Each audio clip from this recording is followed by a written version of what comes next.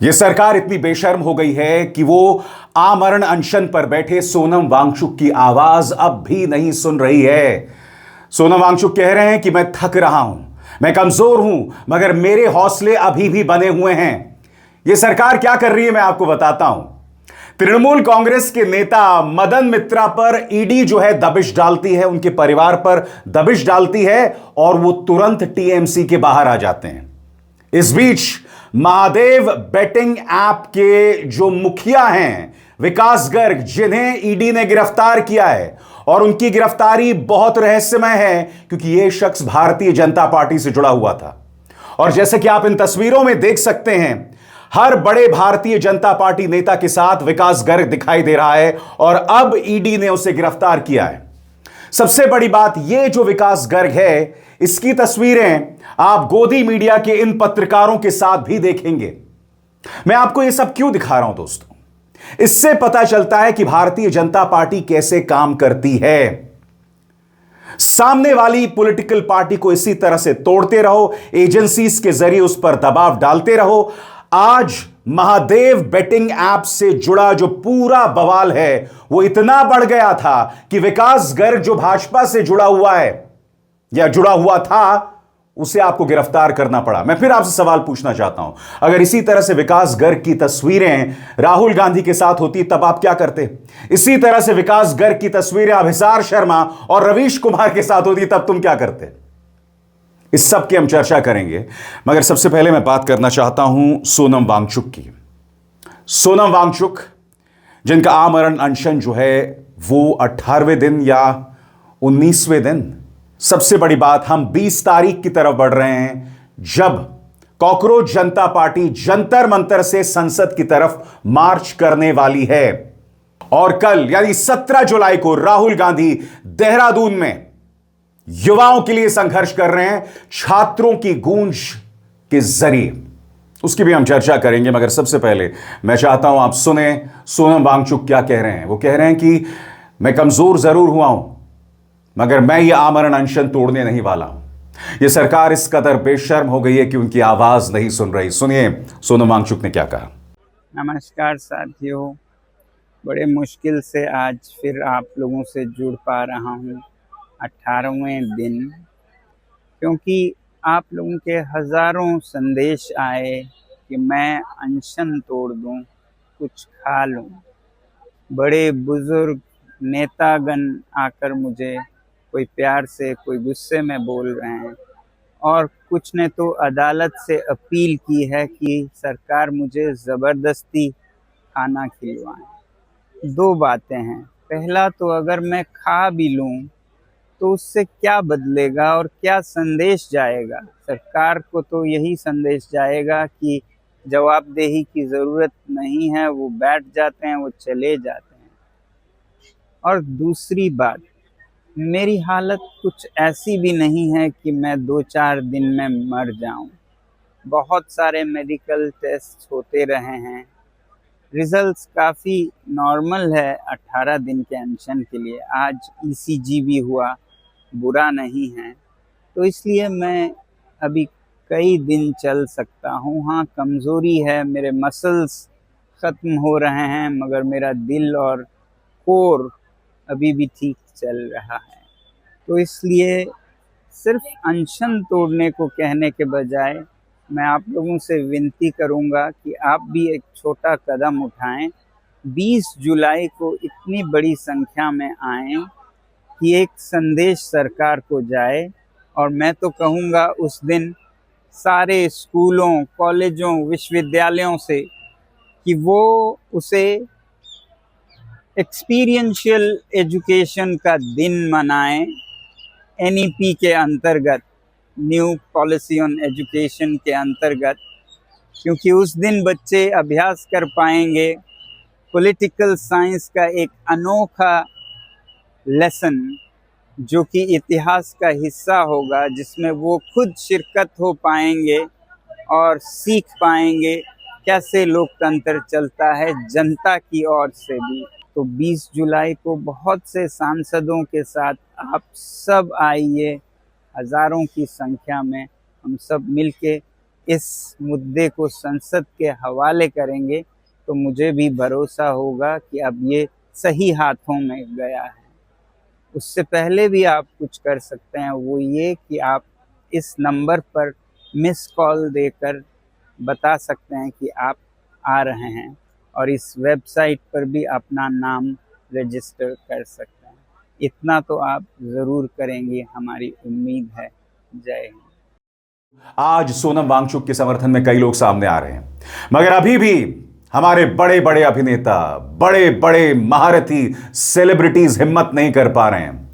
जिस सोनम वांगचुक पर 3 इडियट्स बनी थी, आमिर खान सामने नहीं आ पा रहे हैं। यह बात अलग है कि उस फिल्म में जिसने खलनायक का किरदार निभाया था, यानी चतुर महालिंगम, यानी ओमी वैद्य, उन्होंने जरूर एक लंबा चौड़ा संदेश जारी किया जिसमें उन्होंने कहा कि सोनम वांगचुक को मरने मत दीजिए। मगर आमिर खान खामोश है, शाहरुख खान खामोश हैं, रणवीर सिंह खामोश है। खैर, अक्षय, अनुपम खेर और अजय देवगन से तो उम्मीद ही नहीं करनी चाहिए। मगर हां, कुणाल कामरा पहुंचे, सटायरिस्ट और स्टैंड अप कॉमिक पहुंचे वहां पर, और उन्होंने अपने ही अंदाज में तंज कसा सीता के पति और नीता के पति को लेकर। सुना जाए।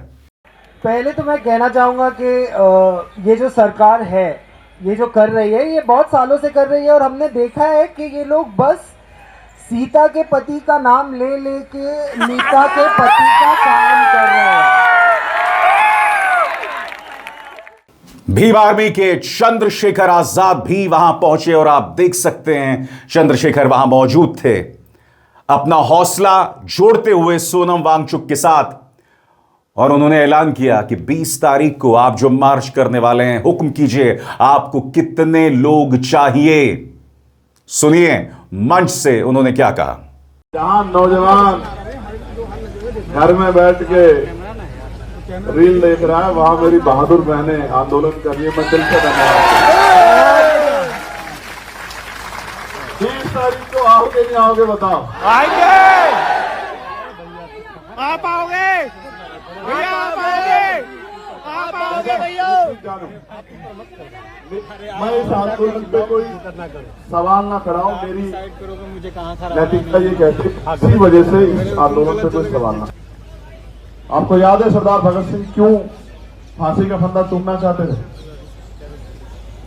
उनको ऐसा लगता था कि मेरे जाने के बाद लोग जागेंगे, और यही जिद करके सोनम सर बैठे हुए। मैं आपसे आग्रह करूंगा सर, 20 तारीख को आप, हम लोग जितना बड़ा प्रोटेस्ट आप चाहोगे उतना बड़ा करेंगे, मगर 20 तारीख को आप हमारी भी मान लेंगे। आप आज भी बता दो कितने चाहिए 20 तारीख के प्रोटेस्ट हुए आपको, और बताओ यहां से वहां तक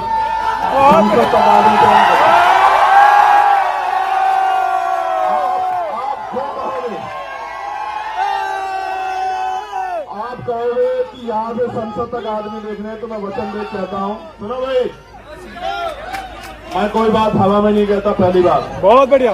अगर मैं कह रहा हूँ यहाँ खड़े होकर एडवोकेट चंद्रशेखर आजाद कि यहाँ से संसद तक आदमी आदमी होगा, तो आदमी आदमी होगा। मेरी बात। और अब एक जरूरी संदेश, सच के इस सफर में मेरा साथी बनिए, मेरा चैनल ज्वाइन कीजिए और इनमें से एक विकल्प, एक ऑप्शन चुनिए। शुक्रिया। मगर अफसोस की बात दोस्तों, इस सरकार की कान में जूं तक नहीं रेंग रही है। उन्हें कोई परवाह नहीं है इस बात की।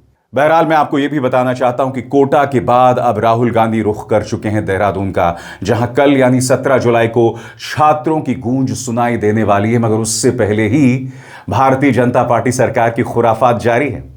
जिस जगह पर यह समारोह होना था उसकी परमिशन मिल चुकी थी, बावजूद उसके रद्द कर दिया गया। यही हरकतें यह सरकार कर सकती है और उसके अलावा कुछ नहीं। और इस मौके पर राहुल गांधी ने बस कुछ देर पहले यह संदेश जारी किया है। राहुल कहते हैं 17 जुलाई को देहरादून आ रहा हूं, मगर उत्तराखंड ही क्यों? क्योंकि देवभूमि को पेपर लीक का एपी सेंटर बना दिया गया है। यूकेएसएससी परीक्षा में जहां एक सिस्टम बैठ गया है, जहां पटवारी, लेखपाल या कोई और पद काबिलियत से नहीं, अपराधियों के तय किए गए रेट से मिलता है। सरकार ने सख्त नकल विरोधी कानून बनाया, फिर भी लीक होते रहे। कानून कागज पर रहा और पेपर बाजार में बिकते रहे। जरा सोचिए, एक बच्चे ने सालों तैयारी की, फॉर्म भरा, फीस दी, दूर के सेंटर तक गया और उसका पद किसी और ने खरीद लिया। यह लीक नहीं, यह चोरी है उस युवा के हक की, उसके रोजगार की, उसके भविष्य की। मैं उत्तराखंड के हर अभ्यर्थी, हर छात्र, हर युवा से कहता हूं, यह आपकी लड़ाई है और मैं आपके साथ हूं। 17 जुलाई देहरादून आइए, छात्रों की गूंज को हुंकार बनाएं। भविष्य नीलाम ना होने देंगे, सपने लीक नहीं होने देंगे। सोनम वांगचुक आमरण अनशन के जरिए मर भी जाएं, इस सरकार को कोई फर्क नहीं पड़ता। राहुल गांधी छात्रों को लेकर आंदोलन करते हैं तो इस तरह की खुराफात, इस तरह की बदमाशी की जाती है। क्या भारतीय जनता पार्टी सिर्फ यही कर सकती है? और समानांतर तौर पर भारतीय जनता पार्टी पर एक और दाग, महादेव बेटिंग ऐप और उससे जुड़ा विवाद और विकास गर्ग की गिरफ्तारी। पूरा मामला क्या है, गौर फरमाएं। महादेव बेटिंग ऐप से जुड़े मनी लॉन्ड्रिंग केस में गिरफ्तार विकास गर्ग बीजेपी से जुड़े हैं। वो दिल्ली बीजेपी के आर्थिक प्रकोष्ठ के संयोजक हैं और दिल्ली की त्रिनगर सीट से पूर्व बीजेपी विधायक नंद किशोर गर्ग के बेटे हैं। ईडी के मुताबिक उसने विकास गर्ग, उनके परिवार के सदस्यों और उनकी संपत्तियों की 940.77 करोड़ की संपत्तियां अटैच की हैं। जांच एजेंसियों के अधिकारियों का कहना है कि महादेव बेटिंग ऐप से कमाया गया कथित अवैध पैसा एबिक्स ग्रुप्स के चेयरमैन के नियंत्रण वाली कंपनियों के जरिए घुमाया गया था। सबसे पहले दोस्तों, इस तस्वीर की तरफ निगाह डालिए। इस तस्वीर में आपको कई चेहरे दिखाई देंगे। विकास गर्ग की तस्वीर यहां पर अमित शाह के साथ है, माननीय गोली मारो ठाकुर अनुराग ठाकुर के साथ है, ओम बिरला के साथ है, किरण रिजिजू के साथ है। यहां पर आप देख सकते हैं नितिन गडकरी के साथ वो है। इसके अलावा आप देखिए किस तरह से माननीय रिंकिया के पापा उन्हें गले लगाए हुए हैं, प्रवेश साहिब सिंह और शहनवाज हुसैन। और बात वहां नहीं रुकती है दोस्तों, रिपब्लिक के संपादक अर्नब गोस्वामी और पापा की परी टॉनिक परी के साथ भी विकास गर्ग की ये तस्वीरें हैं। ये तमाम तस्वीरें ऑल्ट न्यूज के पत्रकार और फैक्ट चेकर मोहम्मद जुबैर ने पेश की है। और जाहिर सी बात है दोस्तों, वो फैक्ट चेकर हैं, ये तस्वीरें झूठी नहीं हो सकती। मगर मैं आपसे एक सवाल पूछना चाहता हूं, अगर इसी तरह से विकास गर्ग की तस्वीरें राहुल गांधी के साथ होती तब क्या होता बताइए? अखिलेश यादव के साथ होती, तेजस्वी यादव के साथ होती, इस मीडिया ने बवाल कर दिया होता। और आज ये मीडिया खुद कटघरे में है। विकास गर्ग की तस्वीरें क्या कहती हैं? मैं स्पष्ट कर दूं, विकास गर्ग की तस्वीरें अगर अर्नब गोस्वामी या टॉनिक परी के साथ है, इसका मतलब यह नहीं कि ये दोषी हैं। ये इनके दोहरे मापदंड बताते हैं। और मैं ऐसा क्यों रख रहा हूं, याद कीजिएगा दोस्तों, जब 3 अक्टूबर 2023 को एंटी टेरर सेल ने न्यूज क्लिक पर रेड मारी थी, मेरे घर दिल्ली पुलिस पहुंची थी, लगातार 3 दिन मुझसे पूछताछ की गई थी। तब यही अर्नब गोस्वामी, यही टॉनिक परी या वही बेवड़ा पत्रकार, याद है, शराब का नशा करके वो बैठ गया था और उसने हमारे एक बहुत ही सीनियर आर्मी जनरल का अपमान किया था। उन्होंने मेरे बारे में न जाने क्या क्या बकवास डेफेमेटरी बातें कही थी। ये वही लोग हैं। आज विकास गर्ग के साथ इनकी तस्वीरें हैं। इन्होंने तो मेरे बारे में न जाने क्या क्या कहा था, क्या क्या वाहियात बकवास की थी, और आज इनकी तस्वीर विकास गर्ग के साथ है। क्या कहा जाए बताइए? मगर इस मंच पर हम फैक्ट्स पे बात करते हैं और उसके अलावा कुछ नहीं। और फैक्ट यह है कि विकास गर्ग जो है वो भारतीय जनता पार्टी से जुड़ा हुआ था। फैक्ट यह है कि विकास गर्ग की तस्वीर अमित शाह के साथ है, ओम बिरला के साथ है, नितिन गडकरी के साथ है, किरण रिजिजू, मनोज तिवारी, सबके साथ है इनकी तस्वीर। और अब उसे गिरफ्तार किया गया है। क्या है रहस्य? बहरहाल दिलचस्प बात यह है कि भूपेश बघेल ने बयान दिया है जिसमें उन्होंने कहा है कि प्रधानमंत्री कार्यालय में काम करने वाले हिरेन जोशी की जांच कराई जाए और नवनीत सहगल जो कि उत्तर प्रदेश सरकार में हुआ करते थे, या अभी भी हैं कि नहीं मुझे नहीं पता। हिरेन जोशी वो शख्स है दोस्तों जिसकी लगाम हुआ करती थी सभी न्यूज चैनल्स के संपादकों और एंकर्स पर, और यह उन पर हुक्म चलाया करता था कि यह दिखाओ, यह मत दिखाओ। भूपेश बघेल का यह बयान आया था जो एएनआई ने दिखाया था, मगर रहस्यमय तरीके से एएनआई ने उसे हटा दिया। आप समझ रहे हैं दोस्तों, जब खबर ही सामने नहीं आएगी तो आप क्या कर लेंगे? इस तरह की हरकतें चल रही हैं। भारतीय जनता पार्टी यहां कटघरे में, और हम बात ईडी की कर रहे हैं दोस्तों। तो ईडी ने टीएमसी नेता मदन मित्रा के परिवार पर रेड मारी, उन्हें परेशान किया। नतीजा, अब वो शामिल हो जाते हैं ऋतव्रत बैनर्जी वाले टीएमसी के धड़े में। पत्नी और बच्चों पर दबिश डाली गई और अगले ही दिन ये भाजपा की गोद में जाकर बैठ गए। और बहाना क्या मार रहे हैं कि अभिषेक बैनर्जी जो हैं वो तानाशाह हैं, मैंने उनसे कहा आप पार्टी छोड़कर चले जाइए, वो नहीं गए। अरे भाई, जनता को मूर्ख बनाना छोड़िए।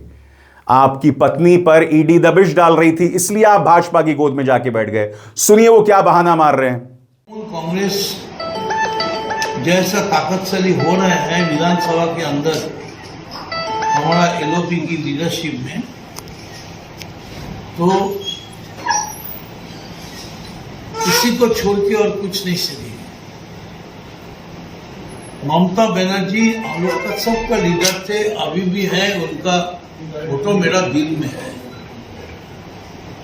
लेकिन हम लोग अभिषेक बनर्जी को बताए थे कि आप कुछ दिन के लिए आप छोड़ दीजिए, 6 महीने छोड़ दीजिए, 1 साल छोड़ दीजिए, हम लोग को पार्टी तो बनाने दीजिए और उसका बाद आप आके अपना सीट ले लीजिए। लेकिन उन्होंने इनकार कर दिया। उन्होंने बोला नहीं, हम पार्टी नहीं छोड़ेंगे। पार्टी डूब जा रहा है, नाव डूब गया है, करोड़ों आदमी मर रहे हैं, फिर भी एक आदमी के लिए पार्टी ये मान नहीं पड़ा कि नहीं, सबको मरने दीजिए लेकिन अभिषेक को बचाना है। यानी कि भारतीय जनता पार्टी ने एक तरह से मन बना लिया है कि बर्बाद कर दिया जाए टीएमसी को। मगर ममता बनर्जी ने कह दिया है कि झुकने का सवाल ही नहीं पैदा होता। अभिषेक बैनर्जी के मुद्दे पर भी उन्होंने टिप्पणी की। सुनिए ममता क्या कह रही हैं। যাদের বলছেন ভয়হীন বলে পুলিশকে দেখে এজেন্সি দিয়ে ভয় দেখাচ্ছেন, তারা একটু শিক্ষা নিন। অভিষেক অনেক খারাপ আপনাদের কাছে, বাহানা হয়ে গেছে ওটা। তো অভিষেকের বউ যদি 1.5 বছরের বাচ্চাকে নিয়ে সিবিআই অফিসে যেতে পারে সাক্ষী দিতে, তাকে ডেকে পাঠানো হয়েছিল, তখন আপনাদের মনে নেই? আজকে আমি যখন ফেসবুক করছি সেদিনও ডেকে পাঠানো হয়েছে, 25টা 30টা কেস দেওয়া হয়েছে। সে তো সহ্য করছে, একটু সেটিং করে নিলে সব থেকে রিলিফ হতে পারত। তাহলে যাদের আজকে আপনারা বলছেন বাহানা দেখিয়ে যে অভিষেক হচ্ছে আপনাদের আয়না, তাই আপনারা চলে যাচ্ছেন, এটা আপনাদের বাহানা। অভিষেকের সব অন্যায় ক্ষমা হয়ে গেছে যদি আপনাদের চোখে কোনো অন্যায়ও করে থাকে। যে সে আজকে লড়ে যাচ্ছে বাঘের মতো, এরাই লড়বে, তার কারণ এরা 50 বছর আগামী দিন রাজনীতি করবে। महुआ मोइत्रा, टीएमसी की सांसद महुआ मोइत्रा, जो चट्टान की तरह ममता बनर्जी के साथ खड़ी हुई हैं, वो भी सामने आई। उन्होंने कहा कि यह तो होना ही था, क्योंकि यह भारतीय जनता पार्टी का अंदाज़े बयां है। एजेंसीज के जरिए लोगों पर दबाव डालो, और जब लोगों में हिम्मत नहीं होती तो वो इसी तरह की हरकतें करते हैं जो मदन मित्रा ने की। Mahua Moitra: It's not a surprise because yesterday his wife, his daughters-in-law and his sons were summoned by the ED. So he has gone on the summons of the ED. See, sometimes when you invite me, I go on your invitation. He has gone on the invitation of the ED. So we should understand that the person who was standing day before yesterday and abusing the Ritobroto gang, today he is going there and sitting next to Ritobroto. This has been done on the special invitation of the ED. So we wish him luck and we wish him good luck, good health. May you have a lovely time working under the Ritobroto gang. और ऋतव्रत बैनर्जी, बंगाल विधानसभा में नेता विपक्ष, उन्होंने कहा कि जो हम सामूहिक लड़ाई लड़ रहे हैं उसमें हम लगातार ताकतवर होते जा रहे हैं। अरे भाई, कोई सामूहिक लड़ाई तुम नहीं लड़ रहे हो, तुम्हारे पीछे जांच एजेंसीज हैं। यही वजह है कि मदन मित्रा आपके साथ शामिल हो गए हैं। इस तरह के बयान देने से पहले शर्म नहीं आती आपको? माननीय ऋतव्रत बैनर्जी, सुनिए वो क्या कह रहे हैं। देखिए, इंडिविजुअल कल्ट का खिलाफ जो लड़ाई, कलेक्टिव का जो लड़ाई हम लोग शुरू किए थे, वो लड़ाई हर दिन ताकतवर हो रहा है। इंडिविजुअल कल्ट के खिलाफ, तानाशाही के खिलाफ, फैसिस्ट रुझान के खिलाफ, जो जामूरियत का पक्ष में जो लोग हैं, जो कलेक्टिव का बात कर रहे हैं, ये लड़ाई ताकतवर हो रहा है। आज मदन दा आए हैं, कलेक्टिव का लड़ाई मजबूत जरूर होगा इससे। अनुब्रत मंडल भी कलकत्ता में है, वो हमारा मीटिंग अटेंड करेंगे। मैं एक ही बात कहना चाहता हूं, यही होता है कि जब आप जामूलियत का कत्ल करने का कोशिश करेंगे, तानाशाही को स्थापित करने का कोशिश करेंगे, कुछ समय आप सफल हो सकते हैं, मगर in the long run democracy will prevail. जामूरियत का जो लड़ाई है, हमारा कलेक्टिव का वही लड़ाई है कि इंडिविजुअल कल्ट फैसिस्ट रुझान के खिलाफ, तानाशाही के खिलाफ, लाल आंख दिखाने के खिलाफ कलेक्टिव का लड़ाई चलता रहेगा।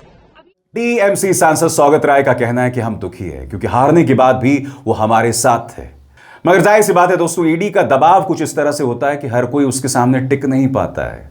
याद कीजिएगा दोस्तों, मैं थोड़ा सा विषय से भटक रहा हूं। इनकम टैक्स ने मुझ पर 13 करोड़ की टैक्स चोरी का केस किया था। हम अदालत में लड़े, हम जीत गए। उसके बाद 2 न्यूज एजेंसी से मैं जुड़ा हुआ था, HW न्यूज, न्यूज क्लिक, दोनों को बंद कर दिया। ईडी ने मुझे 2 बार पूछताछ के लिए बुलाया है और हर बार वही सवाल पूछा जा रहा है। एंटी टेरर सेल ने मुझ पर रेड मारा, मगर क्या मैंने इस सरकार से सवाल पूछना बंद कर दिया? सवाल ही नहीं पैदा होता। हम सवाल पूछते रहेंगे और पीछे नहीं हटने वाले हैं। सुनिए सौगत राय क्या कह रहे हैं। हम दुखी हैं, कल तक हमारे साथ थे, एक साथ चुनाव हार के बाद भी हमारे साथ थे, आज अचानक चले गए तो हम दुखी हैं। आपके जहन में सवाल होगा कि कार्यक्रम की शुरुआत मैंने सोनम वांगचुक के बयान से की और मैं अंत कर रहा हूं पश्चिम बंगाल के अंदर जो ईडी का खेला चल रहा है। यह सब मैं आपको भारतीय जनता पार्टी के चाल चरित्र चेहरे की तरफ आपका ध्यान खींचने के लिए बता रहा हूं। यही इस पॉलिटिकल पार्टी का चाल चरित्र चेहरा है। विवादित लोगों के साथ इनके रिश्ते, विकास गर्ग उसकी मिसाल है। फिर ईडी का यानी जांच एजेंसीज का इस्तेमाल करके विपक्ष को तोड़ना, और जो लोग आंदोलन कर रहे हैं, जी हां, पर्चा लीक और धर्मेंद्र प्रधान के इस्तीफे को लेकर जो लोग आंदोलन कर रहे हैं, उनकी मांग को पूरी तरह से अनसुना कर दो। यह है असलियत भारतीय जनता पार्टी की। मगर इस मंच पर हम सवाल उठाते रहेंगे और पीछे नहीं हटने वाले हैं। अभिसार शर्मा को दीजिए इजाजत। नमस्कार।